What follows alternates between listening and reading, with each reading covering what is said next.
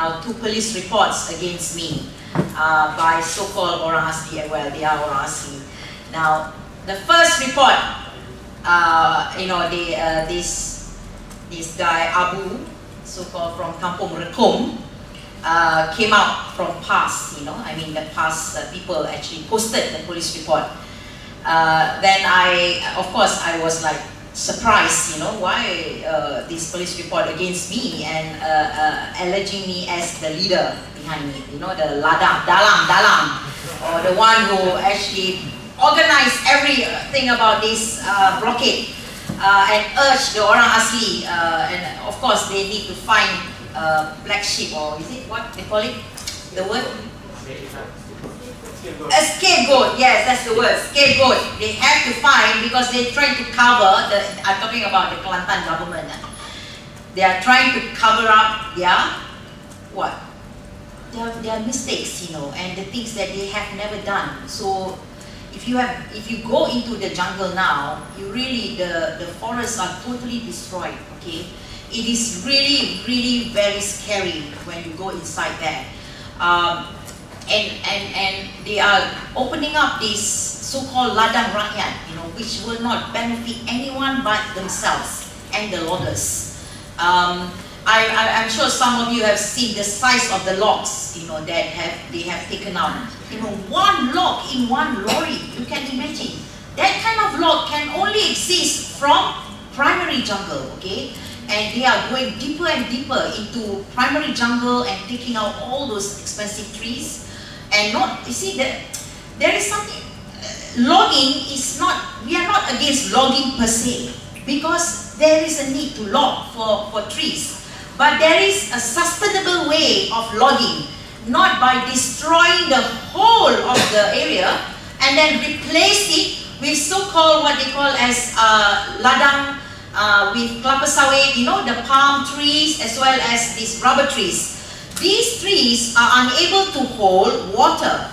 These trees are unable to act as forests do. So this is why our problem with the environment now is affected.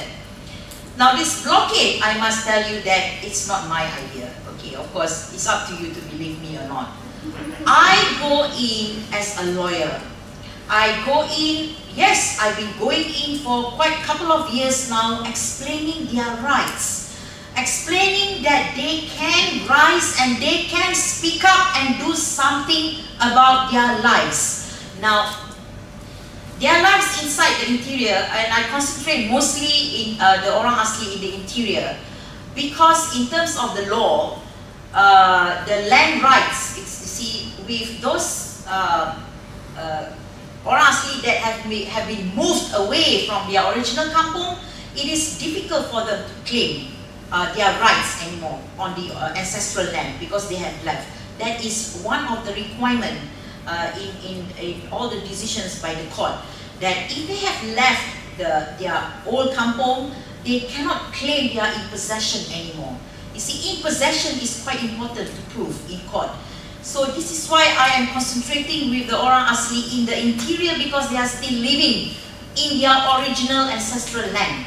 So this is what I keep telling them: do not move from your kampung, no matter what the government or Jakwa is telling you. Of course, Jakwa is always saying that, oh, you move here to this new area, we will give you the brick houses, you will get all the facilities that you need. But of course, I'm sorry to use this word, it's bullshit, okay? They never get it. Now they get very cheap brick houses that fall apart within 1 year, and they will not, they so-called provide water, which is not even clean, and it's not even working sometimes. This what you call it, the water tank, okay? And some of the water tank they install and it's not working, okay? It's just installed only. Now currently there is an electricity wiring, okay, pole, huge one, going into Post Simpo, and it's been standing there for 3 years now. Wow, if people don't know, they go in, wow, electricity in the jungle. When you ask the orang asli, got electricity? No, it's for sure only. The last election they say you vote for BN, we will put in the electricity. Okay, so that is their gula-gula lah, basically. I'm sorry to say, but I'm not involved in politics. I don't like politicians because they actually talk for their own political mileage. They are not going to actually be truthful. The only one I can say and endorse, I'm sorry, you know, because I know him that he works really genuinely, Dr. Jayakuma from PSM. He's the only one that I can really respect. Honestly, I mean the rest, they all thought, oh shit, they just talk for their own political mileage. I'm sorry, they don't really want to act for the rakyat, in all honesty. I'm afraid, you know, that's why I have no respect for politicians, because they don't care really about us on the ground. Now, this blockade, somehow or other, I think the loggers and the agencies of the government made a big mistake. They made a big mistake on the second day of the blockade by going there aggressively and actually threatened orang asli and cut the barrier using chainsaw, you know, and using weapon with the rifle. So they made a big mistake because they thought they actually called TV3 with them to go in on that day. I'm sure everybody's seen the video now. They actually brought in TV3 and Al Hijrah. They wanted TV3 to video the circumstances on that day to actually show the orang asli in the bad light. But then TV3 discovered, hey, what is happening here? You know, I'm on the wrong side. So they didn't publish that. They didn't show that. They didn't show what happened at the blockade until the Star came out with the video, and then went ballistic. Everyone went viral, right? I tell you, that day when it happened, I was in there, but then I came out because I have to go back. I got work the next day, so I came out and the loggers confronted me. You know, they actually said, oh, why do you know, like, trying to challenge me, you know, to go in and face them. I said, why should I answer or talk to you? Because you need to talk to the orang asli, not me. So that was an incident. Then I didn't realize they actually went in with so many people, and including the police, so-called police. But luckily I was still in Gua Musang. So the orang asli suddenly call me out of the blue and say, Kak, these people are coming, blah blah blah. So they keep reporting on me to me whilst I was outside waiting. So they found you know, they actually went a little bit further from the blockade area to get a line. So I got people reporting to me. Then so they told me, and they have been taught, and yes, I taught them how to make sure they protect their rights. Document. I said, you make sure you take pictures, you make sure you video everything that is going on. So luckily they did. And those video that you see in the Star was taken all from by the orang asli. So we waited on that day, you know, for them to come out until 9 o'clock, for them to come out, and we grabbed all the videos and the phones, everything, and we stayed until 12 midnight to gather the videos together with the Star journalists. And I tell you, that night was crazy. It was, and we worked damn hard to make sure that we get this story out, okay? Because TV3 didn't come out with anything. Only after it went viral, then they came out with their video, you know. But even then, they didn't show the whole thing. So were they paid, you know? Then the police issue. I called Gua Musang police station. Actually went there and asked them, is there any other operasi ke di dalam Gua Musang? The police then said, no, there is no operasi. So my belief is that the policemen who behaved or acted like police, I don't think they were on duty. That is, and you know, they were not on duty. They were not even using a police car. They were not they don't even dare to show their ID properly. And so these are the things I explain to the orang asli, their rights. Okay, that's all. I want them to know, whenever the police ask for you, for your IC, you ask for their ID first, if they're not wearing a uniform. If they refuse to show their ID, then you do not even need to entertain them, I say. Okay, so this is their right. So if I am a person, if they call me an instigator because explaining rights to the orang asli, then fine. I am very happy and proud to be called an instigator. You know, that is my stand. So, you know, but if they say that I planned the blockade, I make sure everything, can you see that I'm actually in there? No, I'm not in there. I'm here most of the time. So how do they manage without someone managing them over there? You know, this is the problem with our authorities. They think orang asli are still stupid. They think orang asli are still ignorant. This is why, because there is no respect to our orang asli. You know, they don't have no respect. They think orang asli are still, you know, like animals in the jungle. So this is the problem with our society now. I think a lot of people still do not understand that orang asli are educated, you know, and they also have a brain like us. They only need to be told about things like us also, you know, like all of us. If we are not being told about certain things, we wouldn't know, right? You know, you need to be told about something and you learn from it. Don't talk about their schools, because the school is again another story, you know. I mean, there's so much scandal about the school itself. So I think I probably passed my time. A bit more, 3 minutes. Okay, so maybe you can ask me afterwards during the question. But the thing is now, we need to give our natives as much as support as we can, because to be honest, I am surprised they can still hold on until now. But also they can manage to hold on because we have people to support them.